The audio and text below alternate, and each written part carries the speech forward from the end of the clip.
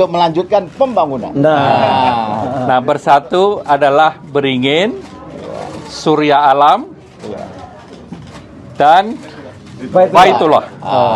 Jadi kalau pohon beringin harus disinari oleh matahari. Dan dia akan menjadi hijau. Dan kalau sudah tumbuh, kita sama-sama membangun dan melanjutkan mendapatkan ridha Allah dari Subhanahu wa Ta'ala.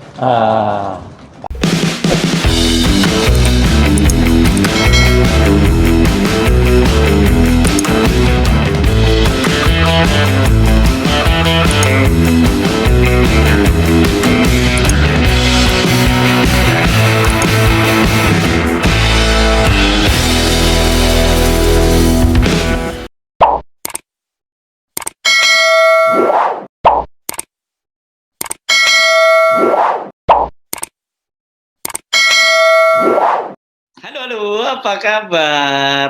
Sorry, pasti banyak yang nungguin Bung Rocky nih sampai sore belum ada konten. Ternyata Bung Rocky kita tunggu-tunggu baru turun nih dari Gunung Gede ya, Bung Rocky ya. Ya nih, barusan nih masih ngos-ngosan dan agak macet dikit tuh. Tapi kita harus layani sesuatu yang bisa mencerdaskan kehidupan bangsa. Iya. Karena pas banyak sekali yang kehilangan, pasti banyak kemana nih kan gitu. Dan banyak yang biasanya mendoakan gitu. Mudah-mudahan nggak ada apa-apa ya sama Bung Rocky Gerung. Insya Allah lah nggak ada apa-apa. Ya. Tadi banyak ketemu pendaki dan terlambat turun karena dicegat di foto-foto terus dari Surya Kencana sampai ke Gunung Putri banyak. Ya. Yang lagi kan libur panjang jadi pendakian bagus. Dan itu saya kira unik juga karena Gunung Putri itu jadi semacam tempat orang belajar tentang lingkungan tapi sekaligus tentang persahabatan itu. Ya. Karena naik gunung itu artinya harus ada persahabatan, kalau nggak nanti saling egois, nggak mau bagi makanan. Ya. Oke. Nah, ini banyak sekali saya kira berita-berita yang tetap menarik yang perlu kita update soal penyambutan Presiden Jokowi di Amerika Serikat itu ternyata jadi panjang juga ceritanya gitu ya. Kemudian Kementerian Luar Negeri menyayangkan banyak orang yang nggak ngerti persoalan tapi menjadikan itu persoalan. Kata dia biasa itu kalau dalam soal ini kan bukan kunjungan bilateral, ini dalam rangka kunjungan secara multilateral gitu. Jadi ya wajar kalau Pak Jokowi tidak disambut oleh high official rank gitu ya, high rank official gitu ya, yang cukup tinggi levelnya gitu.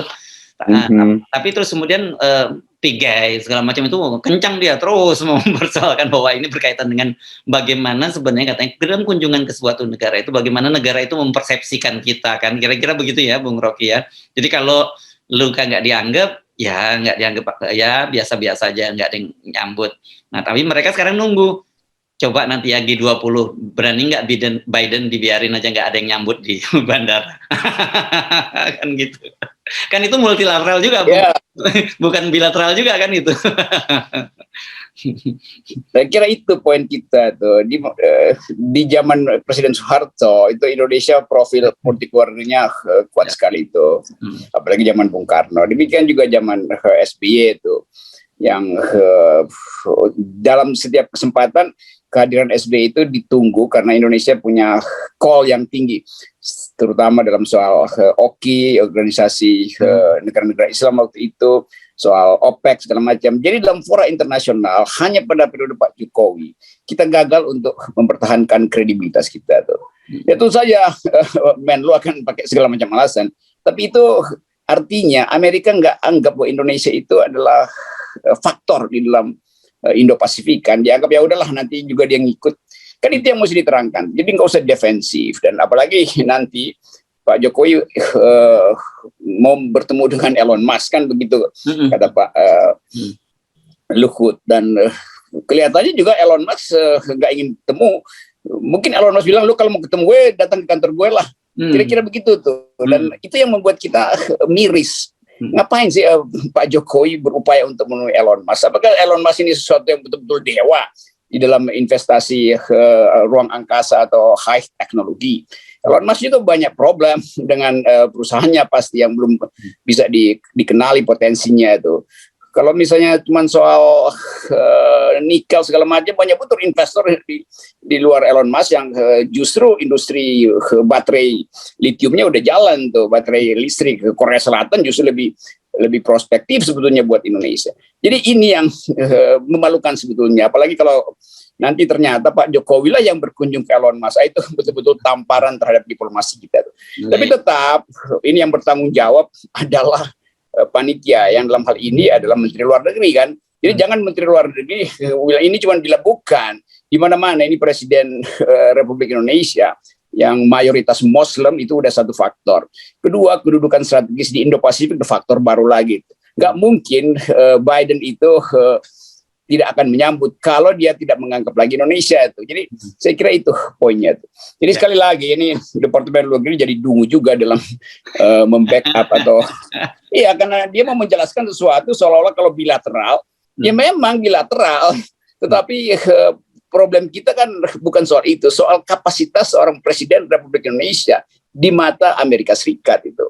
Dan itu yang kita tahu dari awal bahwa Amerika Serikat selalu melihat Indonesia sebagai rekan strategisnya. Bahkan Indonesia ada di dalam kawasan Seato dulu tuh. Dan sekarang kehilangan profil internasional.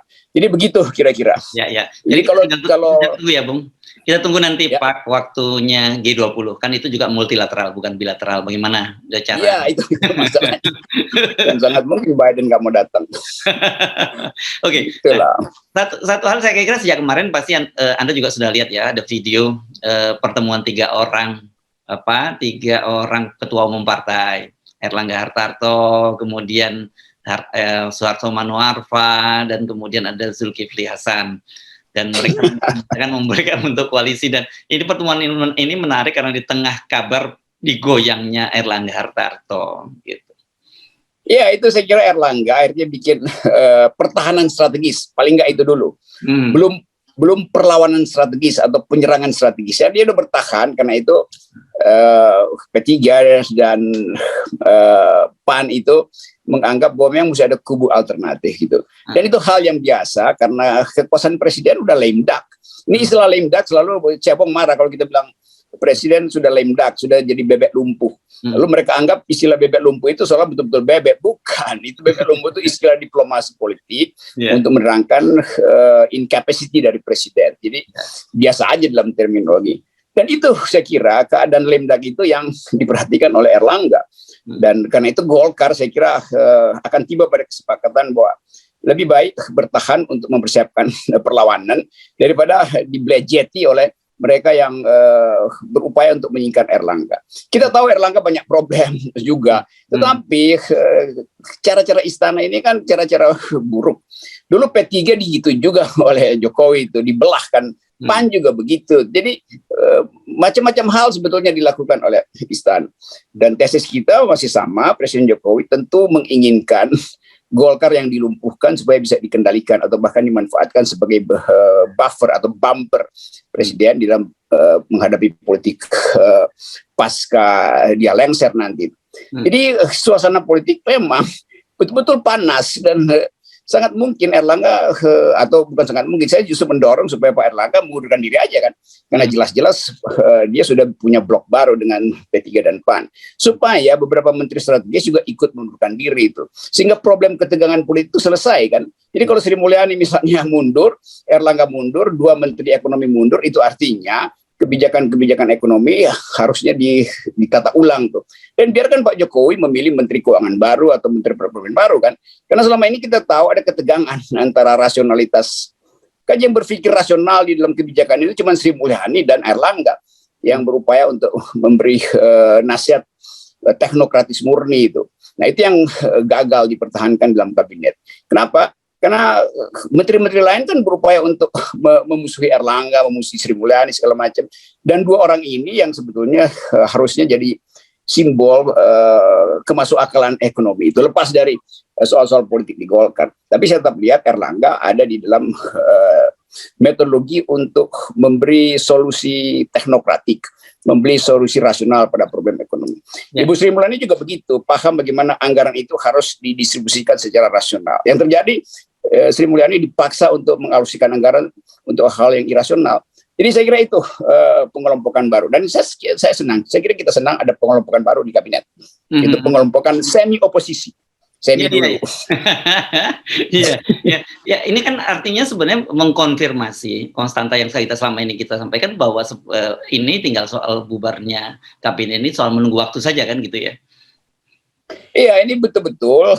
Iya betul. Ini itu yang kita sebut lame duck, tinggal nunggu waktu, karena Presiden nggak punya kapasitas lagi. Di dalam negeri berantakan, beliau ada di Amerika, tidak disambut, lalu terlihat kesedihan di dalam wajah Presiden sebetulnya itu.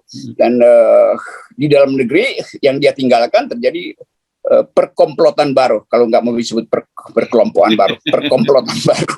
Itu yang sebetulnya menunjukkan bahwa memang istana itu udah nggak ada harapan lah. Jadi segala macam upaya terutama buzzer-buzzer ini untuk mempertahankan legitimasi presiden akhirnya dibatalkan oleh fakta internasional, di mana presiden tidak dianggap oleh Amerika Serikat, juga fakta di dalam negeri di mana beberapa menteri akhirnya berkomplot untuk membuat blok baru tuh. Nggak ada soal kita pakai kata berkomplot, karena itu kata yang biasa dalam politik. Iya. Tapi saya bisa jadi ini ya upaya mendongkel mendongkel Erlangga ini bisa jadi blunder baru setelah mereka berusaha memperpanjang masa jabatan, Bung Rocky. Karena yang terjadi bukan target mereka tercapai, justru yang terjadi adalah perlawanan dari dalam. Ya, itu kan intinya sinyal perpanjangan itu bukan keinginan partai-partai politik semacam PAN atau PKB, kan partai-partai ini membaca sinyal dari presiden. Dan seluruh info yang ada di media massa kan mesti kita lihat sebagai info lip service aja tuh, seolah presiden mengatakan saya tidak menginginkan. Iya, tidak mungkin presiden tidak menginginkan lalu tokoh-tokoh semacam Erlangga, Muhaimin itu lantang berbicara. Kan belakangan baru akhirnya diketahui bahwa ya Pak Luhut yang sebetulnya memberi insinuasi supaya itu dibicarakan tuh. Jadi itu soalnya, dan Pak Jokowi nggak bisa bilang bahwa saya memang nggak menginginkan. Ya itu nggak mungkin datang dari seseorang yang dalam keadaan terdesak. Dan itu sebetulnya inti dari politik kita sekarang tinggal dua itu. Atau Presiden Jokowi secara segera menyatakan bahwa dia mendukung seseorang yang akan melanjutkan kepemimpinannya, maka problem selesai. Kan kalau Pak Jokowi bilang calon saya adalah Ganjar, calon saya adalah Anies misalnya, selesai masalahnya kan. Jadi orang terkelompok untuk hal yang predictable. Sekarang kan nggak predictable, karena orang menganggap ya Golkar akan dipakai Pak Jokowi untuk peternakan politik baru, dan Golkar baca lebih cepat siasat itu. Saya kira begitu yang kita cuma memetakan persoalan ya. FNN selalu hanya ingin memetakan persoalan, bukan mengambil keuntungan dari pemetaan itu. Tapi bacaan Anda kira-kira mungkin nggak terbentuk kelompok baru lagi gitu dalam waktu dekat ini sebelum Pak Jokowi pulang bahkan dari Amerika? Saya kira malam ini ada rapat lebih strategis kan buat mengukur kalau Pak Jokowi pulang sidang kabinet akan bicara apa tuh. Nah pasti sebelum sidang kabinet pulang udah ada semacam konferensi pers bertiga itu, dan mungkin 2 hari lagi ada konferensi pers tambahan tuh. Jadi kita bisa bilang aja bahwa ini ada semacam poros tengah baru. Oke, baik, terima kasih Bung Rocky. Ya, salam akal sehat dan salam knowledge. Oke, terima kasih. Yo.